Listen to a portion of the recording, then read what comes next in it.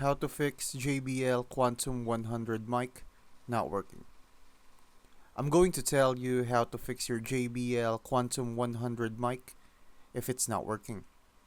First, check if the mic is fully plugged in. The Quantum 100 uses a 3.5mm jack. Make sure it's pushed all the way into your PC or controller. Next, test it on another device to rule out hardware issues. If it's a PC, go to your sound settings. Under Input, make sure JBL Quantum 100 is selected as your default microphone. Then click Device Properties and check if the volume is up and the mic isn't muted. Still not working? Right-click the sound icon, go to Sound Control Panel, then under the Recording tab, right-click your mic and enable it.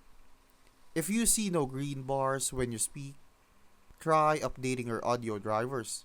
And if you're using a splitter for mic plus audio, make sure it's compatible. Some don't support microphones.